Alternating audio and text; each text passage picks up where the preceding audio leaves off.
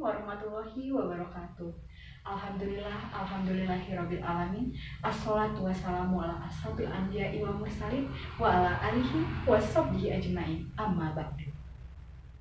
Saya Karin Ariska, mahasiswi Magister Pendidikan Islam Anak Usia Dini di UIN Sunan Kalijaga, Yogyakarta. Saya akan menyampaikan materi tentang ilmu asbab wurudil hadis sebagai studi hadis perspektif pendidikan Islam dengan dosen pengampu Profesor Dr. Hajah Marhumah MPD. Pengertian asbab wurudil al-hadis menurut bahasa yaitu asbab bentuk jamak plural dari sabab yang berarti dengan al-habal, yaitu artinya tali atau saluran. Sedangkan wurud artinya sampai, muncul, dan mengalir, dan dapat diartikan sebagai sebab atau latar belakang background munculnya suatu hadis tersebut. Menurut Hasbi Asyidi, asbab wurudil al-hadis yaitu ilmu yang menerangkan sebab-sebab Nabi Shallallahu Alaihi Wasallam yang menuturkan sabdanya dengan masa-masa Nabi Shallallahu Alaihi Wasallam menuturkannya. Macam-macam asbabul wurud. Yang pertama, sebab yang berupa ayat Al-Quran. Maksudnya, ayat Al-Quran itu menjadi penyebab Nabi Shallallahu Alaihi Wasallam mengeluarkan sabdanya. Dan yang kedua, sebab yang berupa hadis. Pada waktu itu terdapat suatu hadis, namun sebagian sahabat merasa kesulitan untuk memahaminya.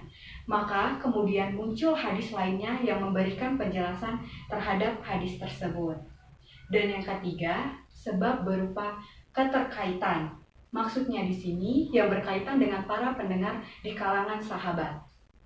Dan urgensi asbab wurud al-hadis yang pertama, mempermudah memahami hadis-hadis khususnya yang tampak bertentangan satu dengan yang lain. Dan yang kedua, membatasi pengertian hadis yang masih mutlak. Dan yang ketiga, mentafsil atau merinci hadis yang masih bersifat global. Dan yang keempat, menentukan ada atau tidak adanya nas mansuh dalam suatu hadis tersebut. Dan yang kelima, menjelaskan sebab-sebab ditetapkannya suatu hukumnya tersebut. Dan yang keenam, menjelaskan maksud suatu hadis yang masih muskil, yaitu sulit untuk dipahami. Dan yang ketujuh, menentukan adanya taksis hadis yang bersifat umum. Dan yang terakhir, mengetahui hikmah disyariatkannya suatu hukum tersebut.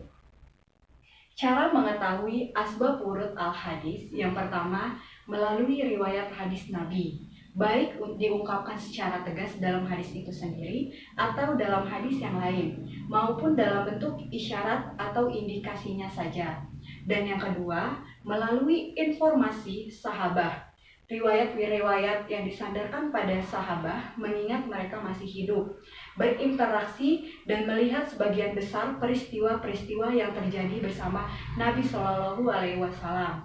Dan yang ketiga, melalui ijtihad, yaitu proses ijtihad pada umumnya dilakukan dengan melakukan tahrij hadis untuk mencari segala informasi terkait dengan tema yang dikajinya.